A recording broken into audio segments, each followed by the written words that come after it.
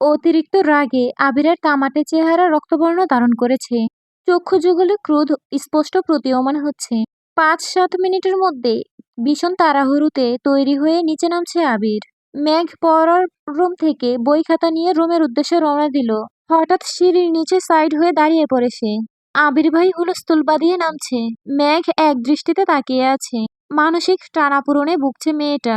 আবিরের সামনে বা আশেপাশে কোথাও দাঁড়াতে পারে না মেঘ। আবিরকে দেখলেই যেন খেই হারায় বারবার। হৃদয় কেঁপে ওঠে অষ্টাদশীর। কেমন অস্থির অস্থির লাগে। যেমন মারাত্মক চাহনি তেমন মারাত্মক তার চলাফেরা। মনে মনে এসব ভেবেই যেন ঘোরের রাজ্যে চলে যায় মেঘ। আবির পাশ দিয়ে যাওয়াতে আবিরের শরীরের জাজালো গন্ধ সাথে তীব্র স্প্রের গন্ধ মস্তিষ্ক পর্যন্ত চলে যায়। সহসা ঘোর কাটে মেঘের। সিঁড়িতে আবির ভাই নেই। কয়েক কদমে আবির পৌঁছে গেল মেইন গেটের কাছে। হঠাৎ রান্নাঘর থেকে মালিহা খান ডাকলেন, এই সময় কোথায় যাচ্ছিস বাবা? মেঘ পিছন ফিরে তাকায় সেদিকে। আবির চৌকাঠের বাহিরে পা রাখতে রাখতে ব্যস্ত এবং ক্রোধিত কণ্ঠে উত্তর দিল, বাইরে একটু কাজ আছে, ফিরতে রাত হবে। এক মুহূর্তও দাঁড়ায়নি সে, ক্ষিপ্ত প্রবেগে হেঁটে চলে যায়। মেঘ ঠায় দাঁড়িয়ে আছে সিঁড়ির নিচে। কিছুই যেন ঢুকছে না ছোট্ট মস্তিষ্কে। কয়েক মুহূর্ত পরে মেঘ যথারীতি বই খাতা নিয়ে রুমে চলে যায়। আজ তার অনেক পড়া। আগামীকাল রবিবার, কোচিংয়ে পরীক্ষা, ক্লাস, নতুন টিউশনি, সব মিলিয়ে পড়া শিখতে ব্যস্ত হয়ে পড়ে। রাত ৯টায় খেতে বসেছেন সবাই। খানবাড়ির খাবার টেবিলটা অনেকটাই লম্বা। টেবিলের এক পাশে প্রস্থ বরাবর বসেন আলী আহমদ খান, খানবাড়ির কর্তা। ওনার বিপরীতে কোনো চেয়ার নেই। ওনার মুখোমুখি বসার যোগ্যতা এই বাড়িতে কারোর নেই। এক পাশে ৪টা চেয়ার, ইকবাল খান, আদি, তানভীর ভাইয়া আর আবির ভাইয়া। চেয়ার এক পাশে। আবির ভাই না থাকাকালীনও চেয়ার সরানো হয়নি। অন্য পাশে ৩টা চেয়ার, মোজাম্মেল খান, মিম আর মেঘের। মেয়ে মানুষ গা ঘেঁষে বসা পছন্দ করে না, তাই একটা চেয়ার স্টোর রুমে রেখে ৩টা চেয়ার দূরে দূরে রেখেছেন। যদিও মেহমান আসলে আরো ৩-৪টা চেয়ার অনায়াসে ফেলা হয় এখানে। এত বছর আবির ভাই না থাকায় মেঘ একেবারে কর্নারের চেয়ারটাই বসেছে। আবির ভাই ফেরার পরেও তাকে বাধ্য হয়ে এই চেয়ারটাতেই বসতে হয়। আবির ভাইয়ের মুখোমুখি বসা আর প্রথম বিশ্বযুদ্ধে শহীদ হওয়া দুটোই মেঘের কাছে সমান। রোজ দুবার চোখের সামনে নিজের মস্তিষ্কের রক্তক্ষরণ সহ্য করা, বুকের ভিতর উতাল পাতাল ঢেউ সামলানো, সেই দাঁড়ালো চোখের চাহনি, প্রতিবার যেন পিস পিস করে কাটে অষ্টাদশীর হৃদয়টা। এদিকে বোকা মেঘ এখনো অনুধাবনই করতে পারছে না আবির ভাই কি তার শুধুই ক্রাশ, নাকি তার প্রেমেও পড়েছে। আচমকা আলী আহমদ খানের রাশভারী কণ্ঠে মেঘের গাঢ় চিন্তার ব্যাঘাত ঘটল। আলী আহমদ খান বলল, আবির কোথায়? অফিসের কাজ তো সেই সন্ধ্যাবেলাই শেষ, তাহলে এত রাতে কোথায় সে? মালিহা খান তটস্থ ভঙ্গিতে বললেন, ও তো সন্ধ্যায় এসেছিল, ও রেস্ট নিয়ে কফি খেয়ে তারপর বের হলো। আলী আহমদ খান বলল, ছেলেদের নিষেধ করো রাত বিরাতে ঘোরাঘুরি করতে।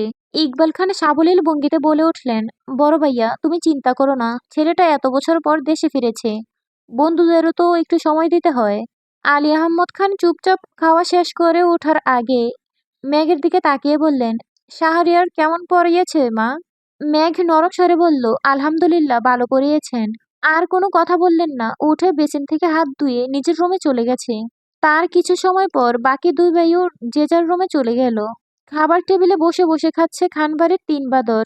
মেঘ বড় বাদর, মিম মেজ বাদর, আদি হলো সবচেয়ে ছোট বাদর। ৩ জনের রাজ্যের গল্পেতে মেতেছে। হালিমা খান এসে ধমক দিলেন, এই মেঘ, তোর কি এখনো বাথরুম করার সময়? ২ দিন পর পরীক্ষা শুরু হয়ে যাবে, পড়াশোনা বাদ দিয়ে আড্ডায় মজে থাকিস সব সময়। মেঘের প্রফুল্ল মুখটা তৎক্ষণাৎ মলিন হয়ে গেল। কোনো রকম খাবার শেষ করে রুমে চলে গেল, পড়াশোনায় মনোযোগ দিল। আবির কত রাতে ফিরেছে সে হুদিস কেউ রাখেনি। তানভীর ফিরেছে 11টায়, তখনও হালিমা খান অপেক্ষা করছিলেন। তানভীর মাকে ঘুমিয়ে যেতে বললেন, তারপরও হালিমা খান 12টা পর্যন্ত অপেক্ষা করলেন। আবির ফিরেনি, তাই বাধ্য হয়ে ঘুমিয়ে পড়েছেন। আবির ফিরেছে রাত 2টোর দিকে। কোনো রকমে ফ্রেশ হয়ে ব্যালকনিতে পাতা চেয়ারে হেলান দিয়ে আকাশের পানে তাকিয়ে আছে। দৃষ্টি নিবদ্ধ দূর ওই চাঁদে। কিছুক্ষণ পর পর মেঘে ডেকে যায়, আবারও আলোকিত হয়। আবির কি যেন ভাবে খানিকক্ষণ। তারপর গম্ভীর কণ্ঠে নিজেই নিজেকে শুধালো, তুই কি কোনোদিন শুধরাবি না? কেটে গেল আবিরের নির্ঘুম নিদ্রাহীন রাত। সকাল 8টায় খাবার টেবিলে বসে খাচ্ছে মিম, মেঘ, আদি, তানভীর আর কাকামণি ইকবাল খান। বড় দুই ভাই ভোর সকালেই অফিসের উদ্দেশ্যে রওনা দিয়ে দিয়েছেন। মেঘ মিমের সাথে ফিস ফিস করে আড্ডায় ব্যস্ত। তানভীর যেন দেখেও না দেখার মতো খাচ্ছে। আগে হলে একটা দমক দিয়ে বলতো, চুপ থাক, আজ যেন কিছুই করলেন না। তাই ম্যাঘ মিম আপন মনে গল্প করে খাচ্ছে। ম্যাঘের মনোযোগ ভাঙল কারো চেয়ার টানার শব্দে। তৎক্ষণাৎ মেঘ তাকালো। আবিরের নিখাদ দৃষ্টি ম্যাঘের চোখে নিবদ্ধ। মেঘ এক পলক তাকিয়ে চোখ নামিয়ে ফেলল। বুকের ভিতর বুকের মাত্রা বাড়ছে, তার সাথে নিযুক্ত হলো চিন্তার ছাপ। মাথা নিচু করে মনে মনে বলল, আবির ভাইয়া সারা রাত ঘুমাননি? ফ্যাকাশে হয়ে আছে মুখটা। কি হয়েছে ওনার? এইসব ভেবেই মেঘ আঁতকে উঠছে বারবার। গতকাল সন্ধ্যায় বের হলো চোখ অন্ধকার করে। রাতে কখন ফিরেছেন উনি? কোথায় ছিলেন সারা রাত? এইসব চিন্তায় মেঘের উৎফুল্ল মেজাজটা খারাপ হয়ে গেল। মিমের ডাকে স্বাভাবিক হলো মেঘ। মিমের খাওয়া শেষ, উঠে যাচ্ছে। এতক্ষণে তানভীর ভাই ইকবাল খানও খেয়ে চলে গেছেন। খাবার টেবিলে এখন শুধু আদি, আবির আর মেঘ। মেঘ প্লেটের ভাতগুলো তাড়াতাড়ি শেষ করলো।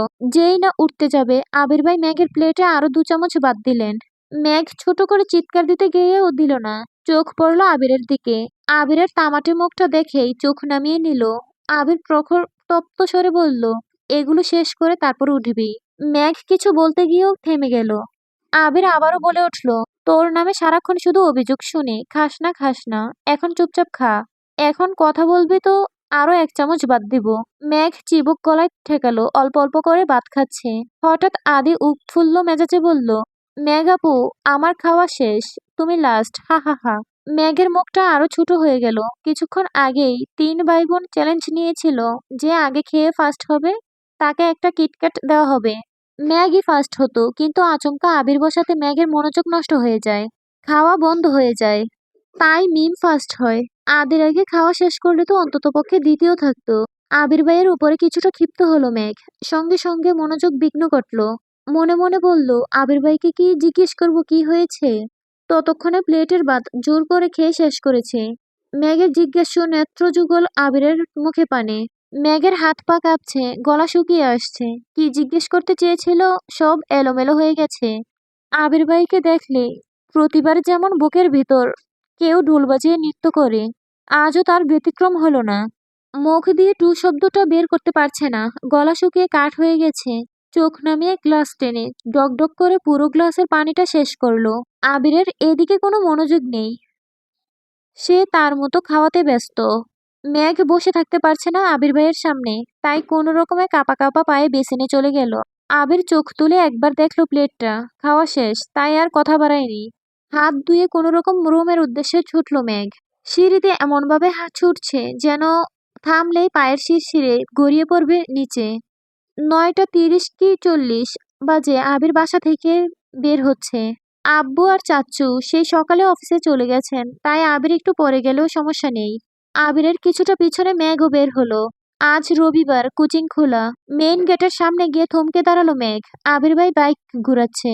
মেঘ অপলক দৃষ্টিতে তাকিয়ে আছে সেদিকে। সেদিন প্রথমবার এখানেই দেখেছিল আবির ভাইকে। সেই থেকে অষ্টাদশের ছোট্ট পৃথিবীটা এলোমেলো হয়ে গেছে। ধ্যানে জ্ঞানে শুধু আবির ভাই। অষ্টাদশের খুব ইচ্ছে হচ্ছিল বাইকে করে কোচিংয়ে যেতে।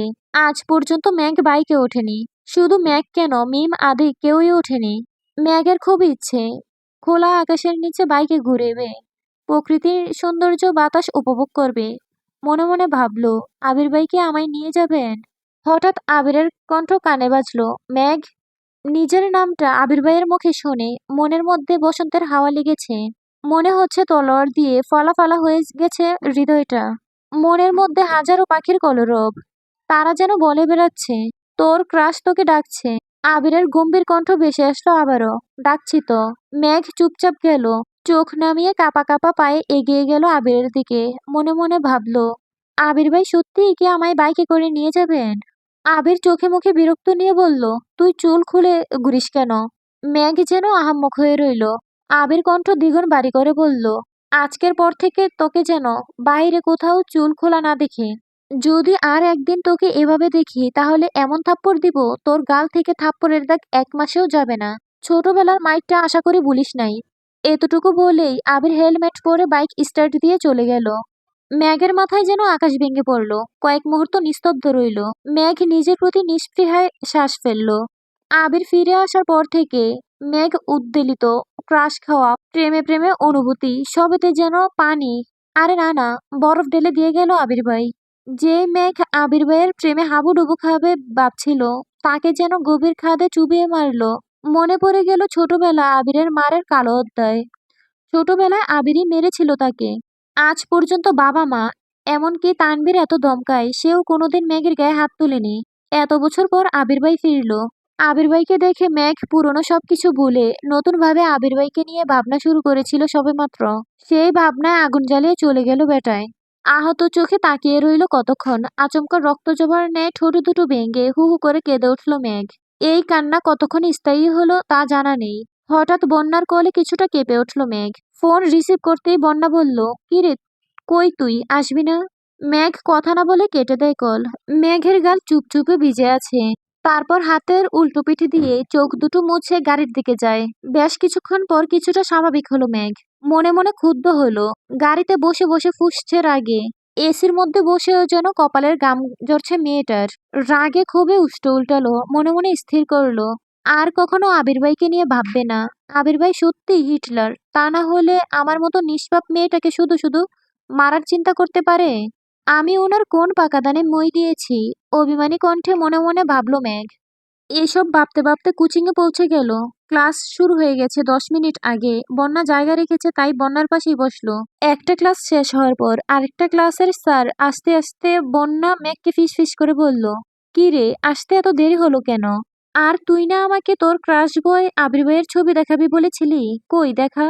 মেঘ করুণ দৃষ্টিতে তাকালো বন্যার দিকে, অতঃপর গম্ভীর কণ্ঠে উত্তর দিল, প্রথমত ওনার জন্য আমার আসতে দেরি হয়েছে। দ্বিতীয়ত ক্রাশ শব্দটা মনের মধ্যে চাপা পড়ে মরে গেছে।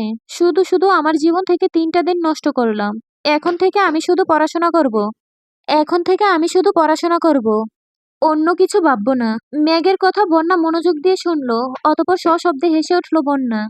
মেঘ তীক্ষ্ণ দৃষ্টিতে তাকিয়ে আছে বন্যার দিকে। বন্যা আবার আস্তে আস্তে ধীরে কণ্ঠে বলল, আমি সেদিন বলেছিলাম এইসব ক্রাশ টাশ কিছু না, পড়াশোনায় মনোযোগ দে। ঠিক হলো তো আমার কথা? এর মধ্যে স্যার ক্লাসে আসলেন। দুজনে ক্লাসে মনোযোগ দিল।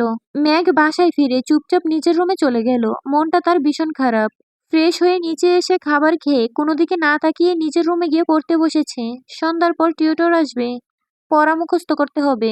সকালের শাসন ভুলার চেষ্টায় মগ্ন মেয়েটা। প্রতিদিনই সন্ধ্যার দিকে নিচে আসে মেঘ। ছোট ভাই বোনের সাথে আড্ডা দেয় আর খেলায় মগ্ন হয়। কিন্তু আজ তার ব্যতিক্রম হলো। দুপুরের পর থেকে একবারেও নিচে নামলো না মেঘ। মিম আর আদি কয়েকবার ডাকতে গিয়েছিল, দরজা লাগিয়ে পড়ছে মেঘ, আসবে না বলেছে। সন্ধ্যার পরপর বাড়িতে ফিরে আবির। চোখে মুখে উজ্জ্বলতা ফুটে উঠেছে। চোখ পড়ে রান্না করে মা কাকিয়াদের দিকে। কাকিয়াকে ডেকে উৎফুল্ল কণ্ঠে বলল, কাকিয়া, চিকেন পাকোড়া বানাবে প্লিজ। মা কাকিয়া তিনজনেই যেন অবাক চোখে তাকিয়ে আছে আবিরের দিকে।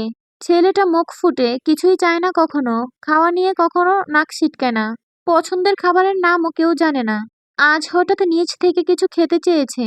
কাকিয়া হাসি মুখে বলল, তুমি ফ্রেশ হয়ে আসো, আমি রেডি করছি। আবির স্বাভাবিকভাবে রুমের দিকে চলে গেল। করিডোরে যাওয়ার পথে কানে আসলো মেঘের পড়ার শব্দ। অনর্গল পড়ছে মেয়েটা, শ্বাসও নিচ্ছে না মনে হচ্ছে। আবির ঠোঁট বেঁকিয়ে হাসলো, তারপর রুমে চলে গেল সবেগে। আবির বেশ সময় নিয়ে শাওয়ার নিল। 10 মিনিট রেস্টও নিল। তারপর কালো টি শার্ট আর ট্রাউজার পরে রুম থেকে বের হয়। একটু সামনে আসতেই চোখ পড়ল মেঘের রুমের দরজা খোলা। মেঘ নেই। আবির নিজের মতো করে সোফায় বসলো। বাইকে দেখে মিম আর আদি আগেই ছুটে পালালো। না হয় এসেই বলবে পড়াশোনা নাই। আবিরকে মালিহা খান কফি দিলেন। কফি খেতে খেতে আবির তানভীরকে কল দিল, কই তুই? তানভীর বলল, আমি তো পার্টি অফিসে ভাইয়া, কোনো দরকার? আবির বলল, কাজ না থাকলে তাড়াতাড়ি বাসায় আয়। তানভীর ভয়ে ভয়ে জিজ্ঞেস করলো, কিছু হয়েছে ভাইয়া? আবির সশব্দে হেসে বলল, দূর কিছু হয়নি। চিকেন পাকোড়া বানাচ্ছে কাকিয়া, খেলে তাড়াতাড়ি আয়। তানভীর বলল, আচ্ছা আসছি। কথাগুলো না শুনলেও আবিরের হাসি শব্দ ঠিকই কানে এসেছে পড়ার রুমে বসা অষ্টাদশীর। বুকটা সঙ্গে সঙ্গে কেঁপে উঠল। নিজেই নিজেকে প্রশ্ন করলো, আবির ভাইয়া হাসছেন, উনি বাসায় ফিরেছেন? তৎক্ষণাৎ মনে পড়ে গেল সকালের ঘটনা। সাথে সাথে মুখটা কালো করে পড়া রিভিশন দেওয়ায় ব্যস্ত হলো মেঘ। তানভীর ফিরেছে 7-8 মিনিট হবে। ফ্রেশ হয়ে নিচে এসেছে, ততক্ষণে চিকেন পাকোড়া হাজির হলো সামনে। ফ্রিজ থেকে বের করে কিছু রান্না করা সময় সাপেক্ষ ব্যাপার, তা তাদের জানাই আছে। এই জন্য ধৈর্য নিয়ে বসে বসে ফোন ঘাঁটছিল আবির। দুই ভাই আপন মনে গল্প করে পাকোড়া খেতে ব্যস্ত। এদিকে মেঘ অপেক্ষা করছে টিউটরে আসার জন্য। 40 মিনিট লেট, এখনো আসছে না। কি করবে বুঝতে পারছে না। পড়ছে কিছুক্ষণ, হাবিজাবি ভাবছে, আবার পড়ছে। তানভীর হঠাৎ ডাকলো, মেঘ, এদিকে আয়। মেঘ ভাইয়ের ডাক শুনে কিছুটা কেঁপে উঠল। তারপর পড়ার রুমের দরজা দাঁড়ালো। হালকা গোলাপি রঙের জামা পরেছে, মাথায় ওড়না দেওয়া, পেট পিঠ সবটাই ওড়না দিয়ে ঢাকা। অনেক স্নিগ্ধ লাগছে মেঘকে। আবির তখনও সশব্দে হাসছে। তানভীর ভাইয়া আর আবির ভাই নিজেদের মধ্যে মশকরায় ব্যস্ত। মেঘ দরজায় দাঁড়িয়ে আবির ভাইয়ের হাসিতে মগ্ন। 3 দিনেও এই মানুষটাকে এতটা প্রফুল্ল দেখেনি সে। বরাবরই যেন গম্ভীর। সে বাইক কেনার দিন একটু হেসে হেসে কথা বলার চেষ্টা করছিল, সেই হাসিতেই ক্রাশ খেয়েছিল মেঘ। আজকের হাসি ঘায়েল করে দিল মেঘকে। চোখ সরাতে চেয়েও সরাতে পারছে না। আবিরের চোখ পড়ে দরজায় দাঁড়ানো মেঘের দিকে। কয়েক সেকেন্ড পরই হাসি থামিয়ে চোখ নামিয়ে নিল আবির। তানভীর তৎক্ষণাৎ বলে উঠল, মেঘ, পাকোড়া খাবি? আয়, খেয়ে যা। মেঘ যেন বড় সড়ো টাসকে খেলো। ভাইয়া তাকে খাবার খেতে ডাকছে। এতগুলো বছরে এরকম ঘটনা তার সাথে কখনো ঘটেনি। তানভীর আবার ডাকলো, আয়, খেয়ে যা, পরে পড়তে বসবি নে। মেঘ দুপা এগোলো, কি যেন ভেবে ঠায় দাঁড়িয়ে পড়ল। কিছুটা অভিমানী কণ্ঠে উত্তর দিল, তোমরা খাও, আমি খাবো না। আবারও পড়ার রুমে চলে গেল মেঘ। তানভীর আর আবিরও আরো বেশি কথা বলল না। খাওয়া শেষ করে আবির নিজের রুমে গেল। তানভীর পুনরায় পার্টি অফিসে ছুটল। মিটিং আছে তার। বাই ডেকেছে বিদায়, মিটিং রেখে ছুটে এসেছিল সে। মেঘ টিউটরের জন্য অপেক্ষা করলো আরো 30 মিনিট। পড়তে পড়তে খিদা পেয়েছে তার। মাত্র খাবার হয়েছে, 8টাও বাজেনি। মেঘ খেতে বসেছে, বারবার তাকাচ্ছে দরজার দিকে। টিউটর আসলে পড়তে বসতে হবে। খাওয়া শেষ হলো, কিন্তু টিউটর আসলো না। তাই মেঘ বই খাতা নিয়ে উপরে যাচ্ছে, আর আম্মুকে বলে গেল টিউটর আসলে ডেকে দিতে। রাত 9টায় খেতে বসলেন সবাই। তানভীরও মিটিং শেষ করে বাসায় এসেছে। খাবার টেবিলে সবাই থাকলেও মেঘের কোনো হদিস নেই। তানভীর কাকিয়াকে জিজ্ঞেস করলো, মেঘ খাবে না? কাকিয়া স্বাভাবিকভাবেই উত্তর দিল, ও তো সন্ধ্যাবেলায় খেয়ে উপরে চলে গেছে, বলল খিদে পেয়েছে। তেমন কথা নেই কারো মুখে। আবির কোনোরকমে অল্প খেয়ে রুমে চলে গেল। গতরাতে ঘুমায়নি ছেলেটা। সারাদিনের ক্লান্তিতে ঘুম পাচ্ছে খুব, তাই রুমে গিয়ে শুয়ে পড়েছে। এদিকে মেঘ পড়ছে আর ক্ষণে ক্ষণে ঠোঁট উল্টে কান্না করছে। আবারও নিজেকে সান্ত্বনা দিচ্ছে, যেভাবেই হোক চান্স পেতেই হবে। অভিমানী স্বরে বলছে, দূরের ভার্সিটি হলে ভালোই হবে, এই বাড়ি থেকে চলে যাব অনেক দূরে। ভাইয়া আর আবির ভাই আমায় পাবেই না, বকবে কিভাবে আর মারবেই বা কিভাবে। তৎক্ষণাৎ মায়ের কথা ভেবে কান্না করে দেয় মেঘ। মাকে ছেড়ে থাকবে কিভাবে সে?